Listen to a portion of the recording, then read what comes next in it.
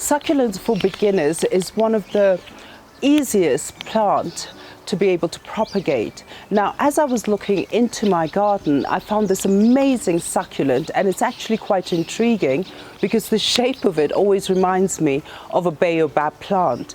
Now, the thing about what I'm going to show you, it's actually quite an unusual plant, and that's what we're going to talk about. It's called the candle plant. It's also called the hot dog cacti. So we're going to look at it. My name is Alice and I'm the Red Soil Gardener. Let's get on with it.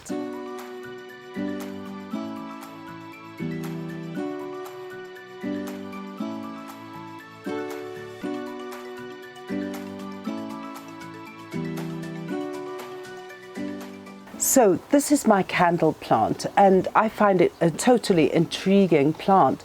It's because of the shape of it. And when I look at it, as I mentioned earlier, it sort of reminds me of baobab trees. Look at them. They're usually so fat at the bottom, and as they grow, it'll fill up anyway. But the thing about this candle plant is that it's actually joined by segments. So if you look, if I take the scissor, this is one piece of the plant, and you get another segment here. Now that plays a very important role in propagating this plant. Now what it is about this plant is also the color.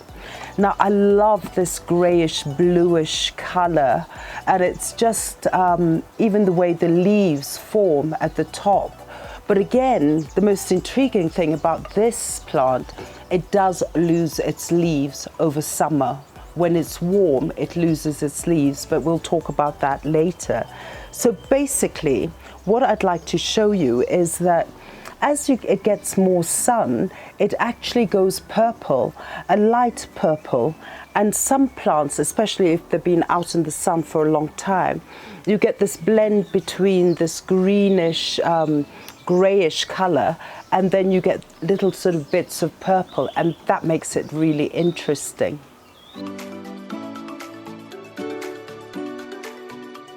As the plant grows, is that all these little segments, they sort of join up and they look like a string of sausages, and that's why they call it the hot dog plant.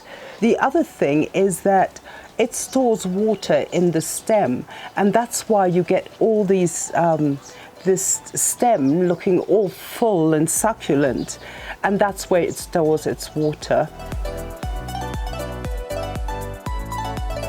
So the other thing that is so intriguing about this plant, because it's there for survival, what it has is that the stem is actually protected by a waxy coat that actually slows down evaporation. In that way, as a cacti, it's not transpiring all the time.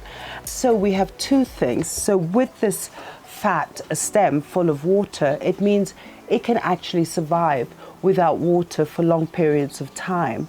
And because it's got this waxy coat, that means the evaporation is really slowed down, so it can actually survive for a long time. The other thing about this intriguing plant is that it has tubers. Now what these tubers do is that they just lie beneath the surface of the soil, and they just spread and they anchor themselves. So out of those little tubers you get these little baby candle plants jumping out, and that means if you do have a pot like this full of your candle plant, is you will get shooting everywhere because of these tubers. If in a situation that you're propagating the segment, which you stick in the soil, but you can actually, as we've seen, is that if the segment is actually in the soil and part of it is out of the soil, you will get babies forming on the one which is outside the soil. So in terms of propagation, you can actually make so many plants because you have the tubers where you have the baby sprouting, and then you have the stem where the stem is also sprouting, but at the same time you could even have these little tubers which are not in soil and they start sprouting, so you could actually make quite a lot of babies. Now, the next thing that I find very intriguing about this plant is that it does go dormant. Now, why does it go dormant and when does it go dormant? It actually goes dormant in summer when it starts getting hot. What happens is that it loses its leaves. And as we mentioned before, is that the leaves don't stay there. I mean, it's not as if like an echeveria where you always have the leaves, but these leaves drop. And why it does that is in order to conserve itself, because as soon as it gets hot, you will get evaporation, and by losing the evaporation is the leaves, that means it doesn't transpire a lot. So what it does, it goes back into itself in order to slow down its metabolic activities. And then what happens is that as the temperatures lower, like in winter, if you have it as an indoor plant, in winter it starts producing its leaves, and then it has its growth period during the winter, and then starts producing your segments again. So now, what sort of soil type? It is a cacti. So basically I would use cacti potting, or you make your own, which would be potting soil, and also put a bit of grit inside. It has to be a well-drained soil, and make sure that your pot has the holes at the bottom. What I've done is I've put gravel at the bottom so that it really drains out, otherwise you'll get root rot. Now the next thing is the light. If it was outside, I'd put it in partial shade, still getting sun, but not so much sun, because the leaves are very delicate. They're not very hard, but you don't want to burn them. But I would actually have it in partial shade. If you have them indoors, then I would actually have a brighter light, so that at least, you know, as a cacti, it has that light to help it. The other thing about watering is, again, like all cacti, is not too much water. But if you do water it, is what happens is that you will get root rot. And because I've had this plant outside, you could see the result, because the rain was there. We've been getting our rains, and I'd a bit forgotten about it. But what you do get is, you get with these segments, you do get root rot in the tubers, exactly like this one.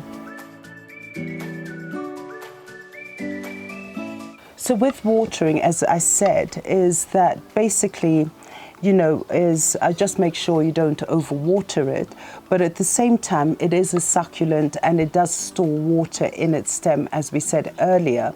So you could leave it to dry out, as we always do with succulents, and then water it when you feel the plant really needs it.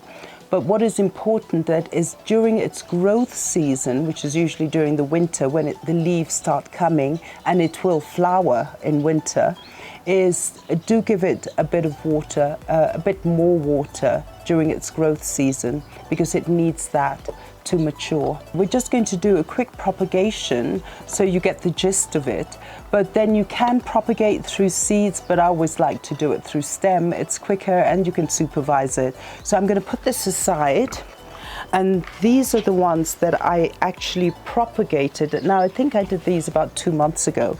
So what I did was a simple propagation where I took a segment and just stuck it in soil, and with the result, as it's growing, is that the growth came from here upwards, as we've seen in all these other ones. So that's one propagation. And again, the same thing. Again, propagated this with the segment, and this is the result of it. And let's look at a rooting, just in case. I'm just going to pull it out. Rooting. Yeah, there we have a rooting, but it's all from the segment.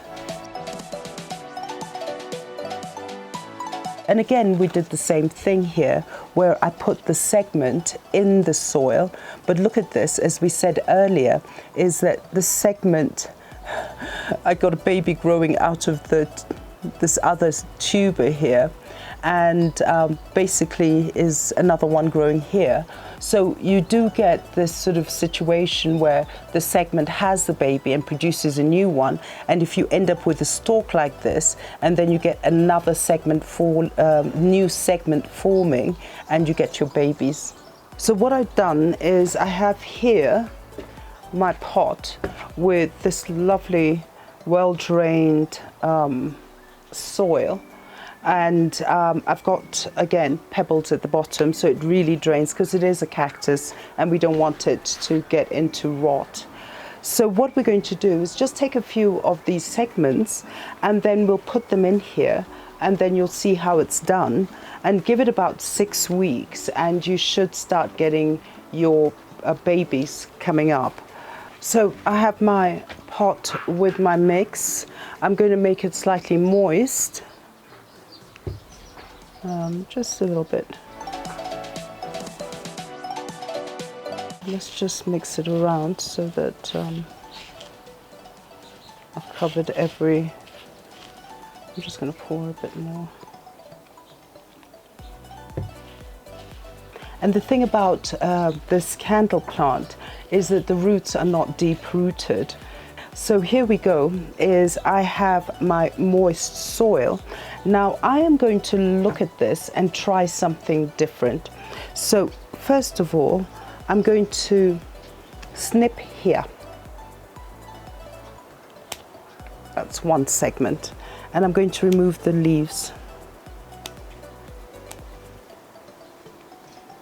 I'd wait for it to callus so that it forms a hard skin over it, because this is the way the plants always protect themselves, is that when you cut, callus it for 3-4 days, dry it, and then you can start planting.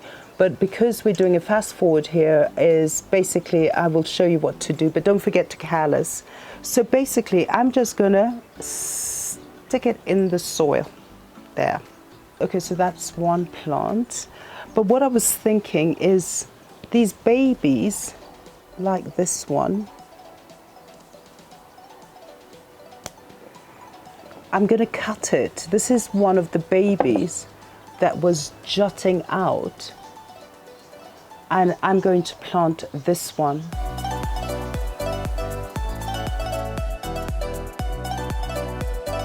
Try not to get these leaves wet, because then they'll rot.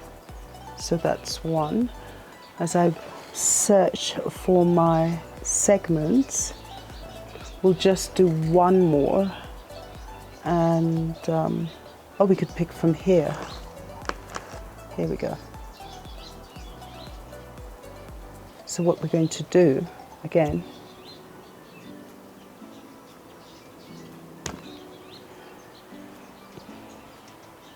stick that one in.